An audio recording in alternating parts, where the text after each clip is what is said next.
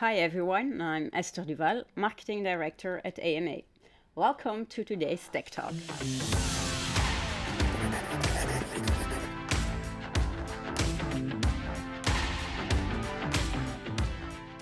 Hi Robert, welcome for joining me today in today's Tech Talk. We're going to talk about a new buzzword, remote proctoring. But before getting a deep dive into that, perhaps you can introduce yourself. Well, thanks for having me, Esther. I'm Rob Helm. I'm the U.S. Director here at AMA. And I've started my career in tech, and so I've worked in hardware and software. So I've done a little bit of both on both sides. So with that, I'm really excited about remote proctoring and telling you about it. So what questions do you have? Well, go ahead. Okay. Wait, the first one is, what is remote proctoring? Remote proctoring, yeah. Well, let's step back a little bit from remote proctoring and take a look at what I call the operating theater. So the operating theater historically was a tiered amphitheater where students and surgeons could come in and watch surgeries being performed live. It wasn't a sterile environment, but this is what got the whole process started, which brings us to today, where the operating room or operating theater is a very much sterile environment. It's not a lot of people watching. And so the idea is now with remote proctoring, we're able to bring in those surgeons again without having to add more people into the room. So they can be virtually in the operating room. Absolutely. They can be virtually in the operating room, which is very beneficial when you have people who want to learn and grow within their specialty. Yeah. So who can benefit from a solution like remote proctoring? Yeah. So in addition just to surgeons,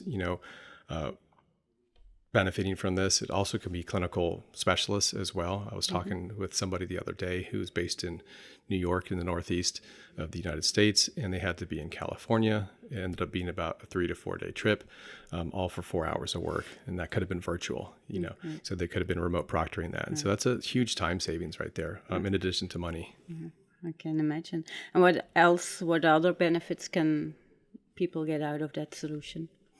In addition, obviously, between the money savings and time, it's also going to help improve patient outcomes where you can have more proctors on or virtually there to be able to proctor. Yeah. Okay. And I think for the patient itself as well, if it must be reassuring that someone is operating and someone else is helping him to make sure that everything works out well. Absolutely. Yeah. When you're looking at medical devices and the placement of it, so if you have a surgeon who's just starting to use a certain medical device and they're not quite fully comfortable with it, you would have a proctor who is able to remotely dial in and say like, hey, this is how we do it. Maybe make sure that we're taking these additional steps so that there are even better patient outcomes if they didn't have a proctor in the room. Indeed. And why do we see this technology only now? Well, there's been a lot of advances just in the hardware, as far as like cameras and connectivity inside the OR, and also just with 5G connectivity. So in times we've been able to go onto cases where we can't necessarily tap into the Wi-Fi of a hospital for security concerns, which is completely normal. But with that, we're able to overcome using 5G cellular technology. So we can have a remote proctor who's still able to get the view, even though we didn't have the Wi-Fi password, so to speak. Okay. So that brings me to challenges as well.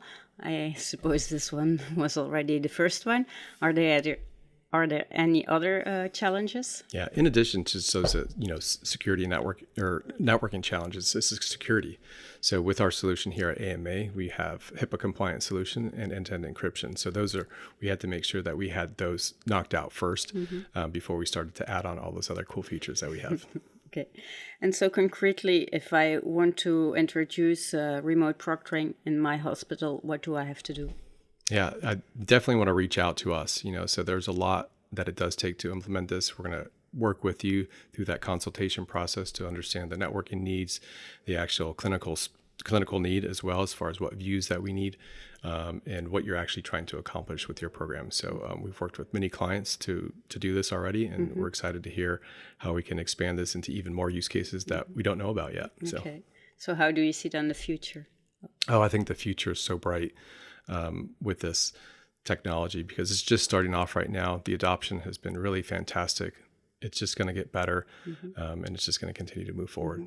So now the use cases which you have already seen in hospitals, which are these? Well, we've been started off in cardiac, and then we started to move into pain management, and now we're starting to see more and more people with different, ocular vision, and it's just really starting to expand into a lot of areas that I didn't even know existed. Okay. Well, great to see the big and bright future of remote really proctoring exciting. then. Okay, well, thanks for your presentation today and for your exchange with me. Thank you all for watching us today. Looking forward to the next Tech Talk with you guys.